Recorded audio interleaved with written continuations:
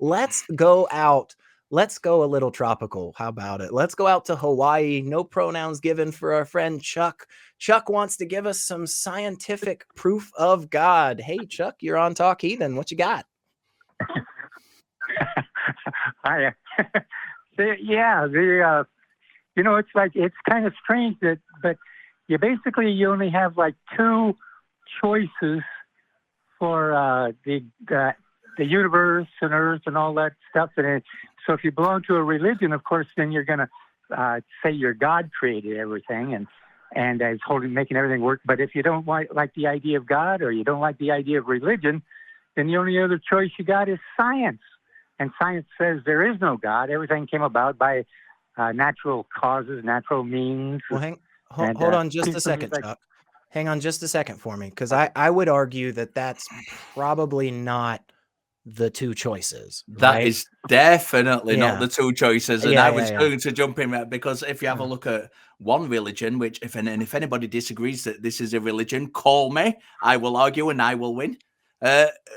Buddhism is a religion, and Buddhism does not state that a God created the universe. Yeah. So you've already got a third choice there within an organized religion, a recognized religion.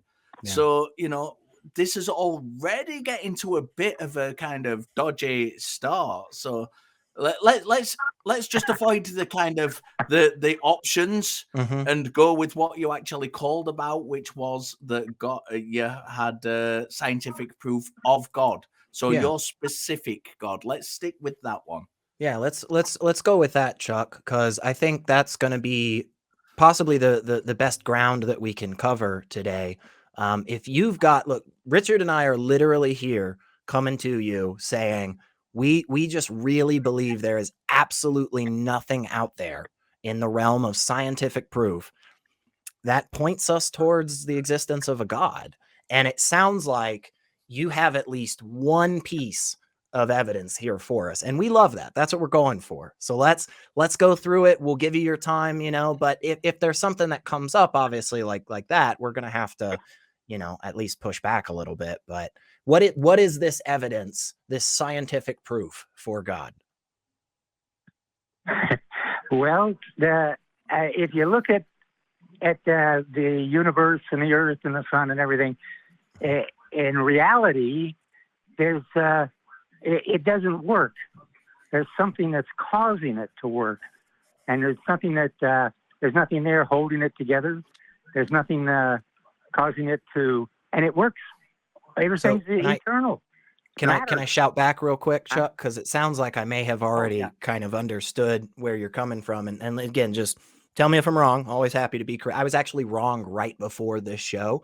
The executive producer called me out, and she was like, "You were flat out wrong," and she was correct. But with that being said, it sounds like what you're saying, Chuck. It sounds like what you're saying is that there doesn't seem to be anything actually keeping the universe together and functioning without God. Is that kind of where you're going? Yeah. Cool. What about energy? Well, that's the thing. Science doesn't have any explanation for any of these phenomena. That's a pretty good explanation for what's holding the universe together, right? Is energy of some kind, right? No. Or like gravity, like the warping of space-time? You don't think the Higgs field, and the warping of space-time is a good explanation for things like why big objects come towards other big objects in space? I think it's a pretty good explanation.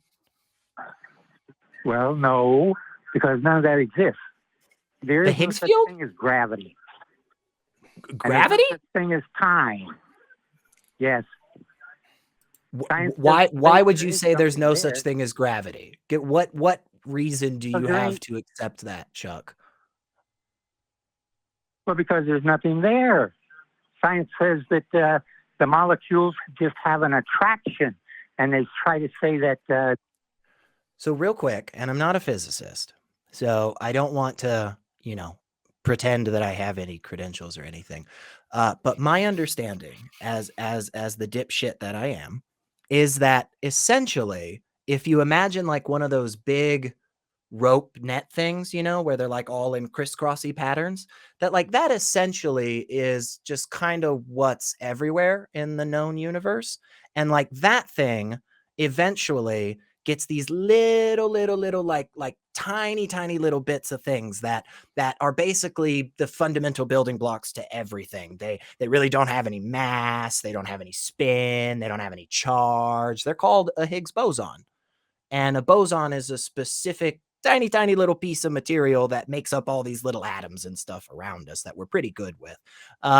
So that Higgs boson collects on that Higgs field and then, you know, clumps together to then make more slightly bigger, smaller, tiny particles. And then that eventually gets to things like atoms and then, you know, so on and so forth. So I know I just explained all that like an idiot, and that's totally fine. But there are actually like really good physicists and stuff that have been doing this for a long time and have all of the demonstration for that. So you're saying you don't feel like that's a good understanding for like the collection of matter, and then like once that matter collects on that rope thing, right, it kind of like pulls it down, right? Because there's more matter in one spot, you know, like a rope net does.